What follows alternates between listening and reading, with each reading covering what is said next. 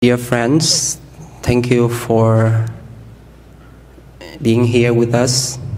This is my first time here. I hope your experience at the temple will be pleasant and fulfilling.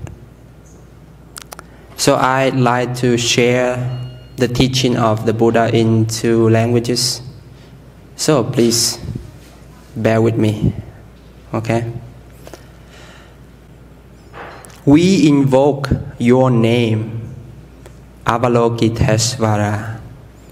We aspire to learn your way of listening in order to help relieve the suffering in the world.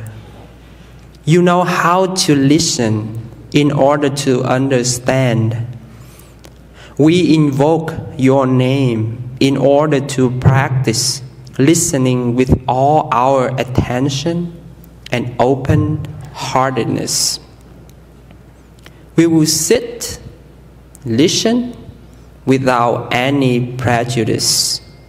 We will sit and listen without judging or reacting. We will sit and listen in order to understand. We will sit and listen so attentively that we will be able to hear what the other person is saying and also what is being left unsaid. We know that just by listening deeply, we already alleviate a great deal of pain and suffering in the other person.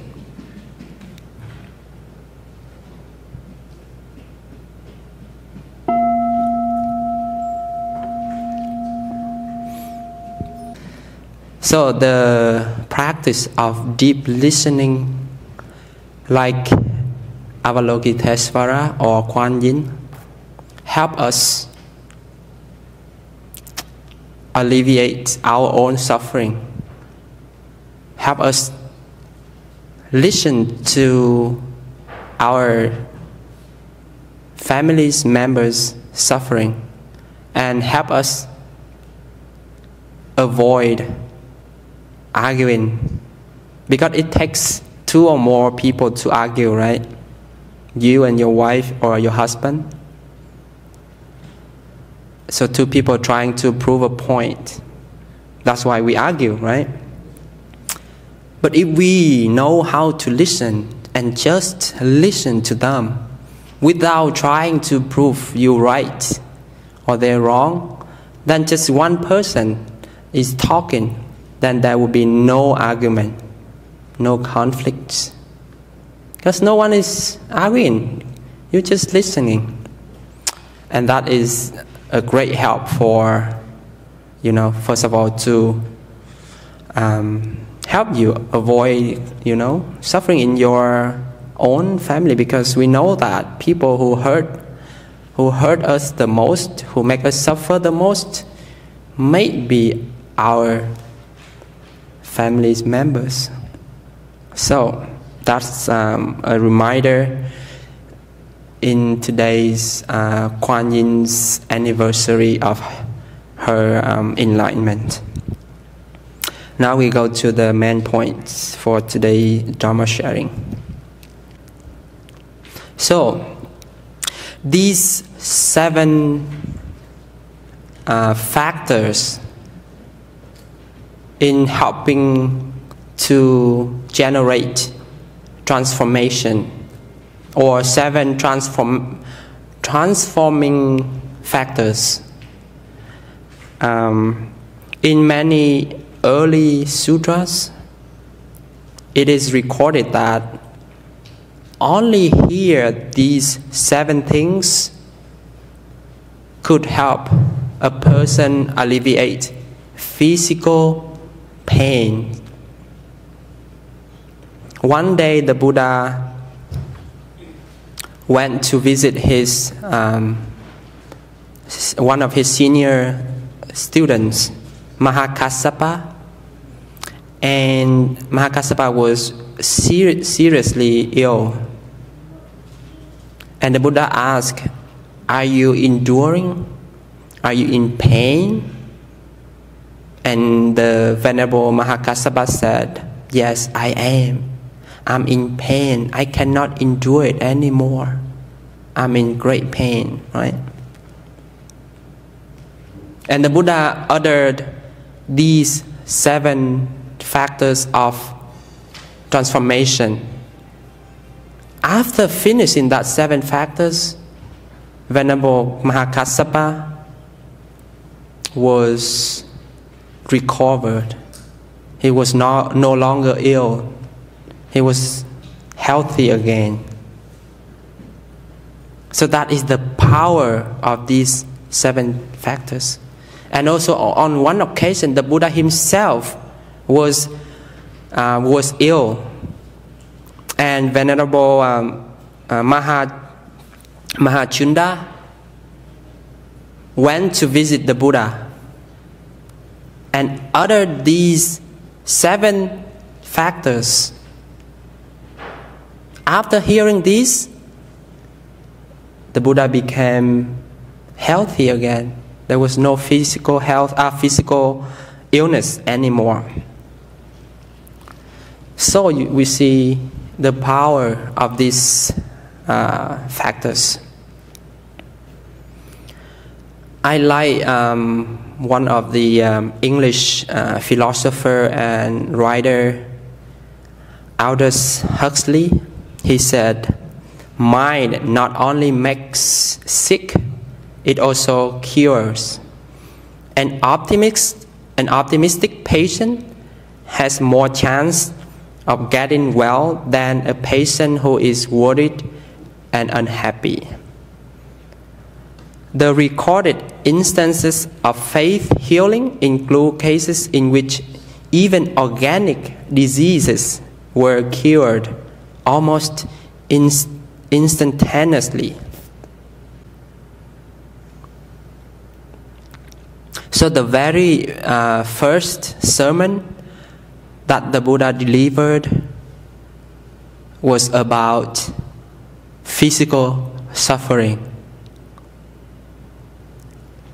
And the very first physical suffering that we all who are here experienced is birth. Did you cry, did you laugh when you was born? Anybody? No? Or you was crying? You was warm. You was you was taken care of inside your mother womb, and suddenly you are pushed outside, and then you have to face with the very first suffering of being a human. And you cry. And if you don't cry, you die. So the very first suffering. That's the very first thing that the Buddha said when he gave his first sermon. And the second suffering, old age. The third one, sickness. And the last one, death. So I hope you all have experienced the 2 things, 2 sufferings. And the latter 2, please wait for a while. So why did he say that? Why was his first time, giving a talk, and then just telling people that, life sucks? Why did he do that? To get your attention, to grasp your attention. So now when he had your attention, he gave you the cure. And that cure is these 7 things. And you are waiting to hear the 7 things. So you see the power the power of the mind. When the Buddha uttered these 7 things to his chief disciple, help him overcome his physical pain. So the physical pain also depends on the mental pain, mental suffering. So if your mind is free, your mind is calm, your mind is, at peace, then regardless of your physical, conditions, it doesn't impact you that much. And these 7 things will help. So these are the 7 factors of transformation. First, mindfulness. Second, keen investigation of the Dharma. Third, energy or effort. Fourth, happiness or rapture. Fifth, calm. 6, concentration. And 7, equanimity.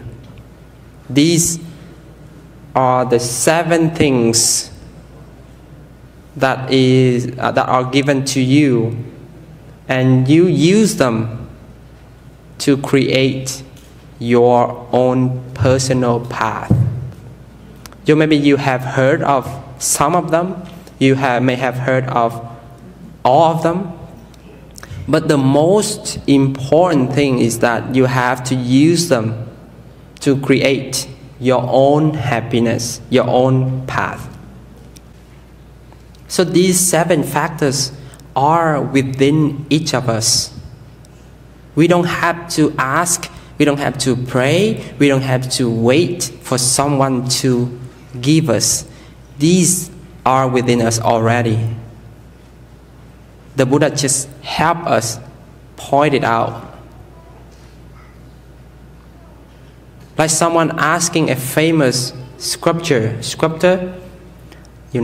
how his sculptures are so beautiful, and he say, I don't make them. They are already inside the marble. I just chop off the excess parts to reveal the hidden beautiful sculptures. So you are your own architect, your own sculpture. You have to, chop off different excess part for yourself to reveal your beautiful nature using these 7 tools. So the first one is mindfulness. We have heard of this term many times, right? Mindfulness is simply to know what you are doing. What are you doing right now? Are you thinking? Or are you just here? Are you at home? Or are you here with your body? So mindfulness is knowing what you are doing. Keep an eye on your mind. Without mindfulness, it's just like, someone give you a direction on Google Map, but you didn't click on it to go. You have it, but you didn't click on the start to get to your destination. Or without mindfulness, you remember exactly the hour where you should be, but you forget the date. So you remember 11, you should be here. But instead of being here today, you forget, and then you'll be here tomorrow. That is without mindfulness. So mindfulness is to know what you are doing, to acknowledge what is going on without losing your mind, without losing you in the present moment.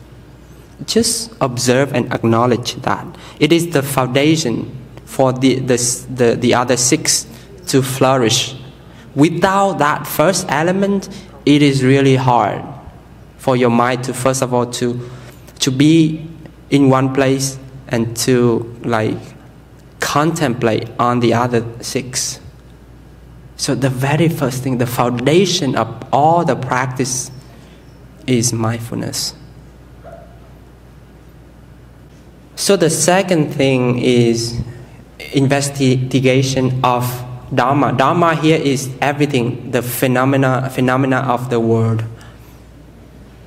So we all look, everybody looks, but not everybody can see. Maybe you look with prejudice, you look with anger, you look with worries, so you don't see the Dharma as they are. Just take one simple example. When you are angry, you look at the person who makes you angry. That look is just a projection of your anger onto them.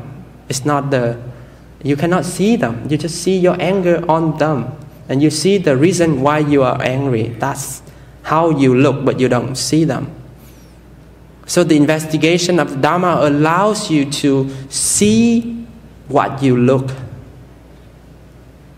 Maybe you can, see, oh, that person is in pain, that person is suffering, that's why he or she, spreads their pain and suffering onto others. That is the investigation of the Dharma, And you can use that in many different, cases in your life. Whatever happened, use that investigation. Look beyond the appearances of things, so you can see. So the Buddha, in teaching this investigation of the Dharma, asks us to really pay attention to what you look at, to penetrate into the things that you look at, the people that you look at, and into your mind. Don't believe everything that you think, because they can be very distorted. So the third thing is effort or energy. Whatever you do is a manifestation of your effort. Like today, you're here, is the manifestation of your mental effort, physical effort, and then if you carrying this one out until the end, that is the fulfillment of your effort for being here. Similarly, in your practice, in your investigation of the Dharma, today you look at something, tomorrow you look at something with similar effort, then you are on the right path. It's like you are trying to boil a kettle of water, and if you boil it until like 50 degrees Celsius, and then tomorrow you just boil another 50, and then you turn off. Then tomorrow and the next day and the next month and next year, you keep boiling every day, but just 50 degree. Will you ever have a boiling water?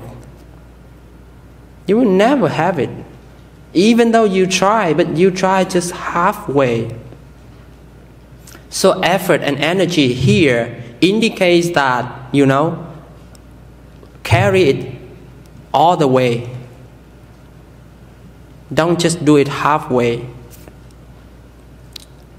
Nobody is going to go to achieve a goal going halfway, right? So effort allows you to think about your, how you are going to achieve your goal or the goal of your practice.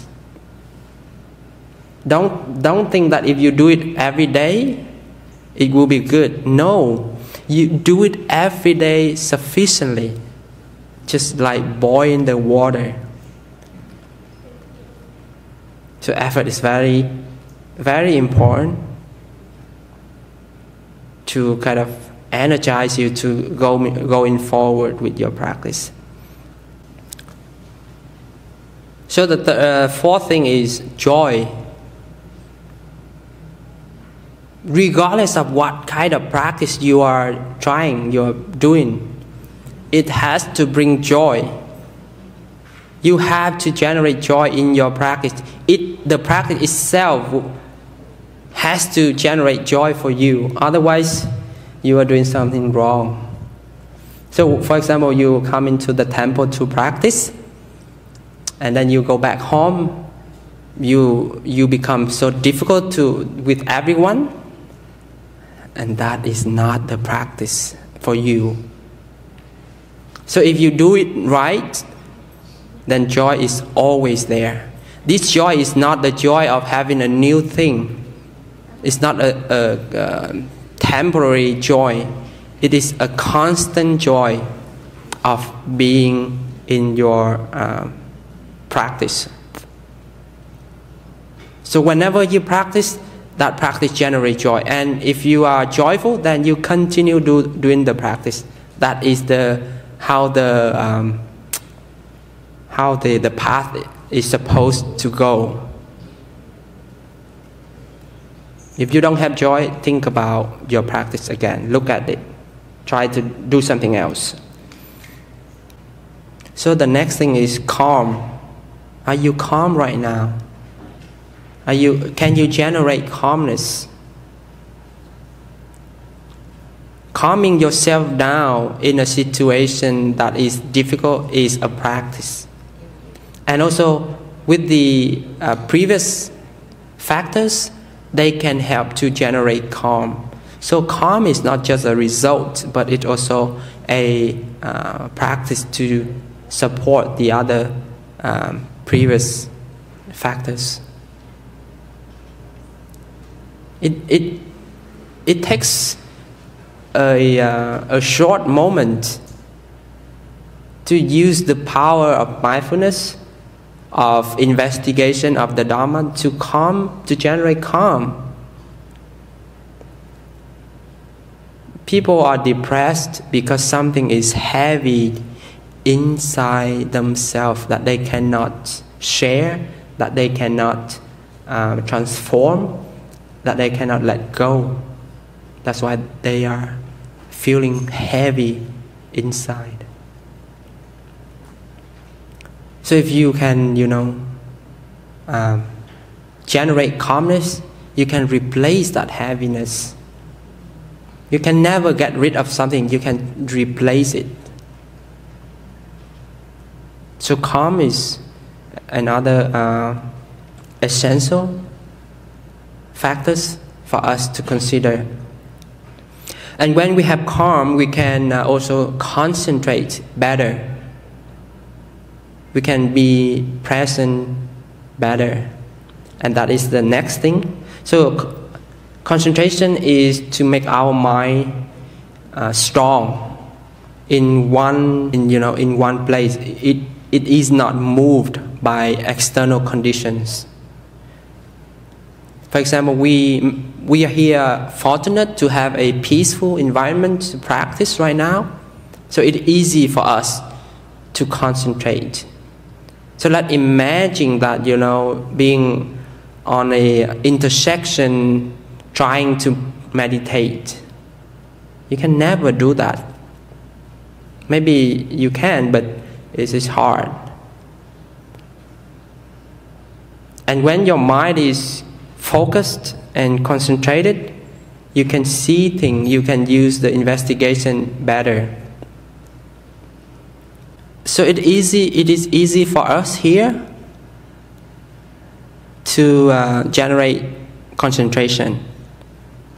But if someone's phone is like on and it goes, the ringtone go on,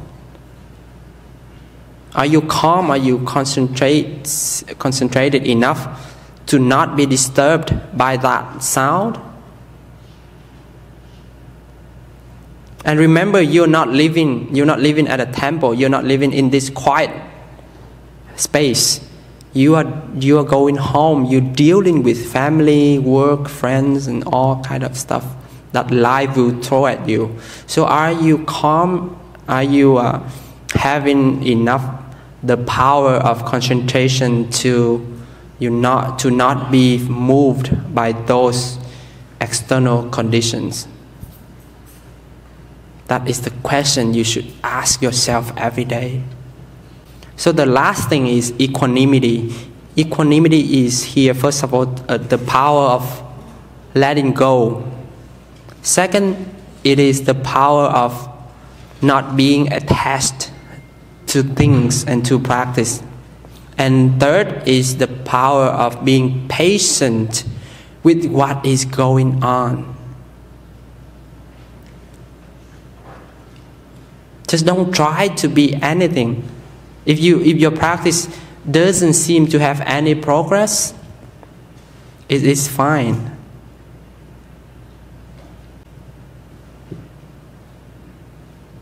You are fine. You don't have to try to be a Buddha. You don't have to try to be a bodhisattva. You are just practicing. So there's a story about a Zen teacher who, who is always sitting, always practicing. And one day another Zen person, coming to ask, why are you sitting so much? What's the point? He said, I'm sitting to become a Buddha. And then the one who asked, pick up a brick. Then he, scrub it on the floor. And the other one asked, what are you doing, scrubbing the brick? And he said, I'm doing this to make a mirror out of a brick. And the one who sit a lot would say, how is that possible? A brick cannot make a mirror. And the other one say, sitting cannot make you a Buddha. So the desire to be something, someone, become something, is not the right way. It's not the right intention when you practice. So don't try to be anything. Just, be patient, let go, and don't get attached to things that you are doing to people. And that can be very beneficial in your practice. So in your life, I would not hope that you have a suffering-free life, but I would hope you have a less suffering life, because without suffering, you will never appreciate happiness. It's like if you are always full, then you can never appreciate food. So let's try to live a life using these 7 transforming factors to generate more moments of happiness and less moments of suffering.